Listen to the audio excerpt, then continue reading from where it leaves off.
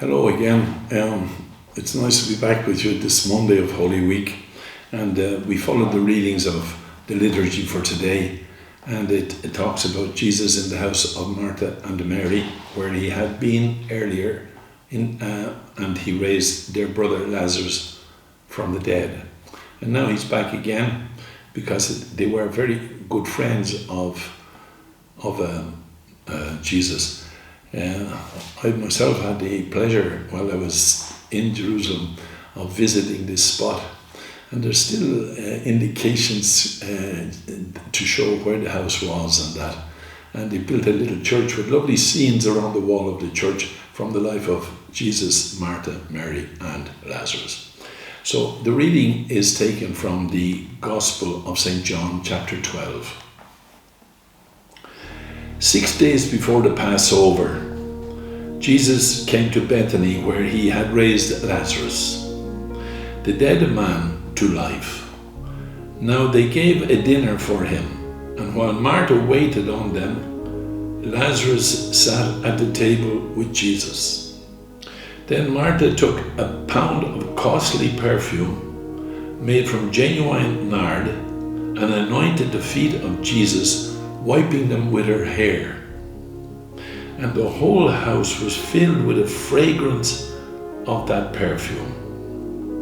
Judas, son of Simon Iscariot, said, the disciple who was to betray Jesus, remarked, "This perfume could have been sold for 300 denarii and turned over to the poor."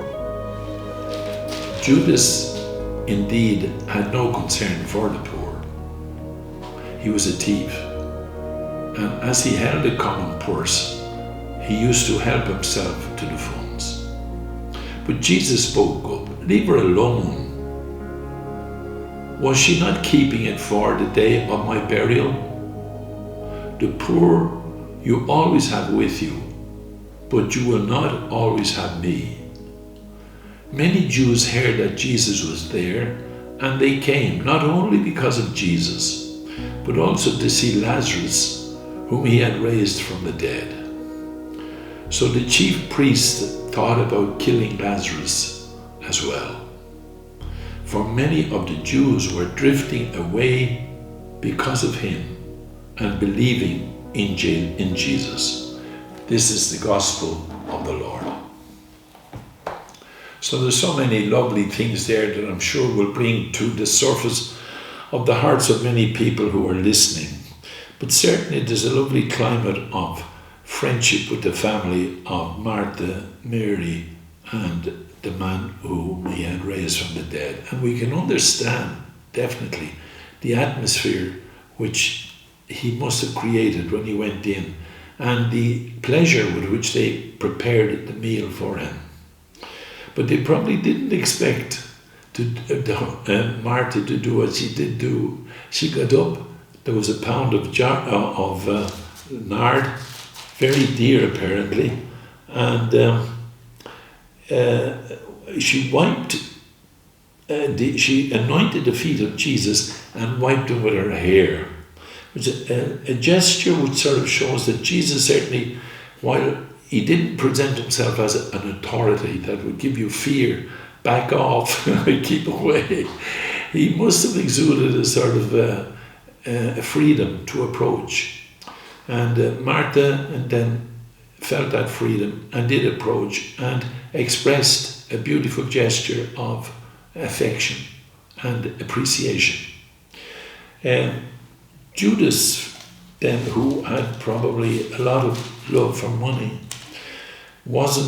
didn't tune into this relationship because he probably didn't appreciate the affection that was being expressed by Martha, and he reduced it to economic terms, and he said this perfume could have been sold for 300 denarii and turned over to the poor.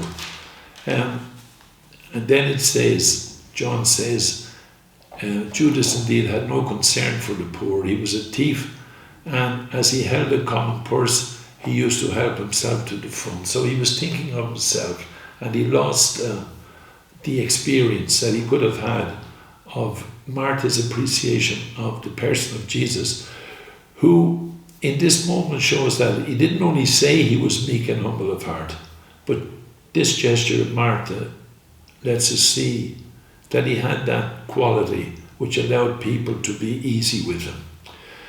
And Jesus spoke up then, defending her, saying, "Leave her alone. Was she not keeping it for the day of my burial?" So he was already anticipating what was going to happen to him, and he saw in this gesture a prophetic gesture, not only an affectionate, but a prophetic gesture, because the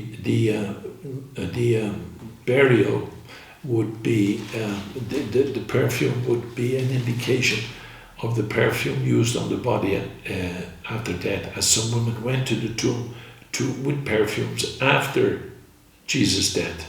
They went on the Easter Sunday morning with perfumes. Now Jesus sees this as an anticipation of his death.